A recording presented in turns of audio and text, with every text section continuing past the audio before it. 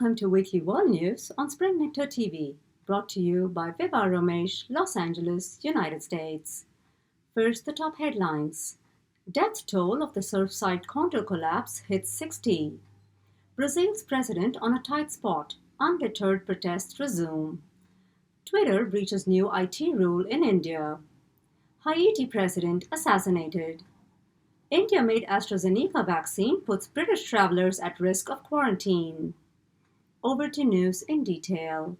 Rescue operations continue into the second week after the sudden and unanticipated collapse of the condo alongside the Miami Beach area. According to the latest numbers, the death toll reached 60, including the 7-year-old daughter of a Miami firefighter. An atom of relief from the devastation is that the number of people unaccounted for has come down to 80 as of yesterday. In the words of Mayor Cava, as reported on Friday, it goes without saying that every night has been immensely difficult for everybody and particularly the families who have been impacted. These men and women are paying enormous human toll each and every day, and I ask that all of you please keep all of them in your thoughts and prayers, she said. Meanwhile, merely weeks after President Biden urged Russian President Putin to end cybercrime, a major attack was carried out by a Russia-linked ransomware gang. The attack was centered on the U.S. information technology firm Kaseya, an organization that provides software tools to IT outsourcing shops. Consequently, nearly 1,500 businesses have been impacted. Although Biden has instructed a deep dive by U.S. intelligence officials to unearth the truth behind the attacks, he has not yet intimated Putin about the latest attack. Commenting on the attack, John Hammond, a cybersecurity researcher at Huntress Labs, said, "Based on a combination of the service providers reaching out to us for assistance along with the comments we are seeing in the thread we are tracking on our Reddit, it's reasonable to think this could potentially be impacting thousands of small businesses." And on Monday, the hackers took ownership for the breach and demanded $70 million to restore the affected businesses' data. Subsequently, a representative of the hackers said to Reuters that they are willing to negotiate, however, refused to divulge the name of their organization. And on the political front, talks on the bipartisan infrastructure deal took place amidst a treat-to-the-eyes backdrop. Yes, a cherry farm in Michigan had the privilege of being party to the talks as Biden used the farm visit to discuss the infrastructure deal and other investment plans. Discussions also revolved around immigration plans as he chatted up other cherry pickers on the farm. Moving on, several streets in Brazil are witnessing an unprecedented number of footfall as thousands of protesters hit the streets demanding the impeachment of President Jair Bolsonaro. The government's total mismanagement of the crisis that led to the death of over 500,000 people forms the core of their protests. Subsequently, an investigation on the claims of corruption on Bolsonaro was set in motion by the Supreme Court on Friday. And on Saturday, protests intensified in Rio following allegations that the government sought to illegally profit from the purchase of COVID vaccines. In the words of one of the protesters who marched the streets with her husband, "I'm here because we absolutely have to get this monster out of power and reclaim Brazil. We're surrounded by barbarism." And on Monday, UOL, the country's fifth most visited news website, published a series of reports that claimed to have evidence pointing to the president's direct involvement in illegal embezzlement of money during his tenure. Over to Europe. British travelers traveling to Europe may face additional hurdles this summer if they are vaccinated with the India-made COVID vaccine by AstraZeneca. According to sources, Covishield, the vaccine developed by the Serum Institute of India, is not recognized by the European Union Vaccine Passport Scheme. In other words, although the India-made Covishield offers the same protection as the British-made vaccine, Serum Institute of India has not sought approval from the European Medicines Agency for its homemade vaccine. Therefore, travelers can neither automatically skip quarantine on landing in the country or avoid mandatory testing when traveling in Europe. That said, 8 of the European Union states have approved the vaccine and travelers visiting any of these states would be accepted as vaccinated. These include Slovenia, Greece, Spain, Iceland, Republic of Ireland, Germany, Austria, and Switzerland. However, Covishield has been approved by the World Health Organization. Hence, travelers visiting any of the member states that accept the longer list of World Health Organization approved vaccines will not face any issue. And in India, the government announced on Monday that Twitter is in violation of the new information technology rules, which may strip the company of its immunity as a social media intermediary.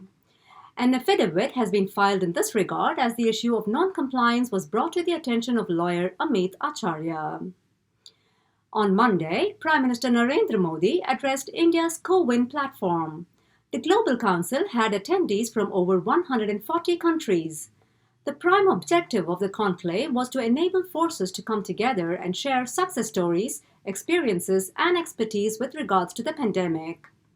As Modi stated, right from the beginning of the pandemic, India has been committed to sharing all our experiences, expertise, and resources with the global community in this battle. According to sources, it was through this platform that India administered nearly 350 million doses of vaccination, and with the software being open source, it can easily be customized to suit the requirements of any country.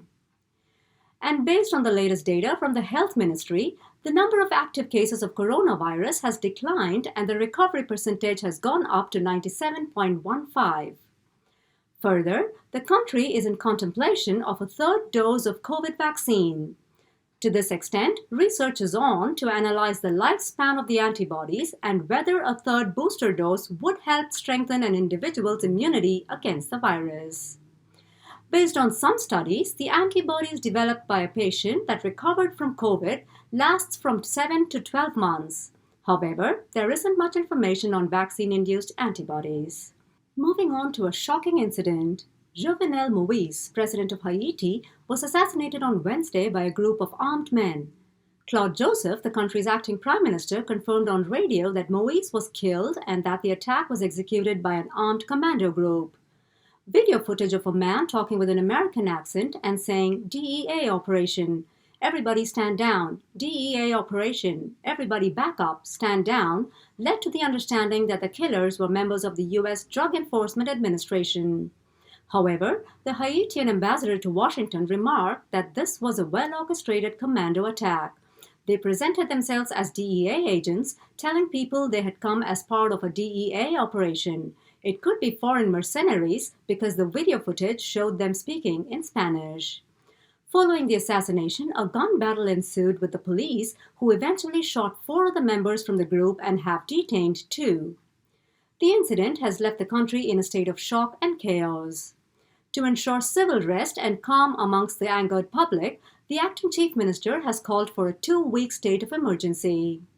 A detailed investigation is underway, and more information on this gruesome act will be known in the coming days.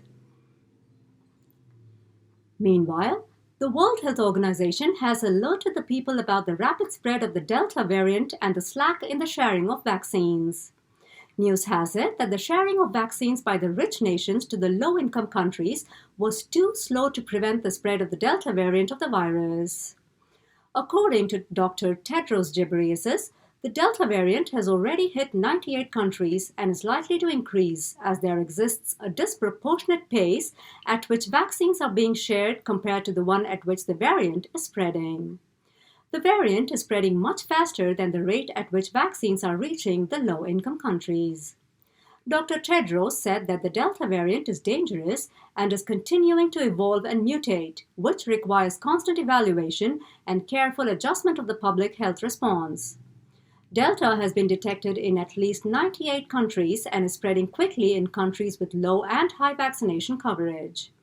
He also said that the world must equitably share protective gear, oxygen, tests, treatments, and vaccines. This is the best way to slow the pandemic, save lives, and drive a truly global economic recovery, and along the way prevent further dangerous variants from getting the upper hand. Moving on.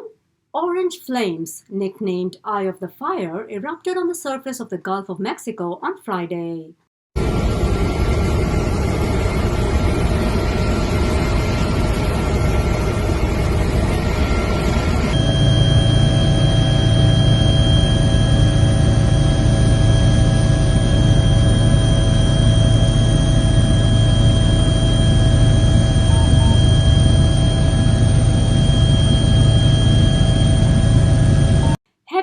coupled with a lightning storm affected some of the pipeline equipment owned by Pemex.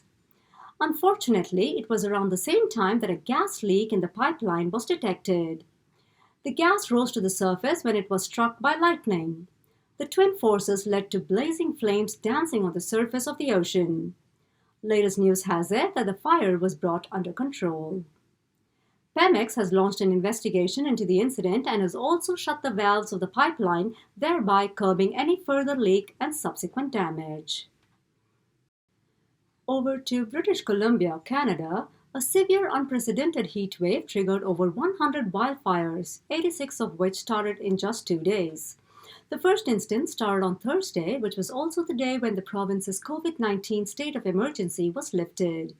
The fires put the province on high alert as evacuation orders went out to 12 communities. According to the province's premier, the situation could soon escalate to have the Canadian military deployed. Commenting on the situation, Mike Farnworth, the province's public safety minister, said, "Absolutely, we may well, depending on how the fire season starts to unfold, require a provincial state of emergency such as we have seen in our past 5 seasons in this province." According to reports from the coroner's office, 719 deaths were reported in just 1 week, which is 3 times more than what is usually expected around this time of the year. Said the chief coroner, "We are releasing this information as it is believed likely the extreme weather BC has experienced in the past week is a significant contributing factor to the increased number of deaths." And in Japan, days of torrential rain set off a massive landslide, leading to the death of 4 and around 80 people missing. Crashing over a hillside road, the landslide submerged nearly 80 houses on Saturday. By Monday, there were over 1,500 rescuers at the site, doing their best to rescue as many lives as possible. The joint efforts of the police, military, and firefighters helped evacuate 80 people so far, and the operations are still underway. We shall know more in the coming days.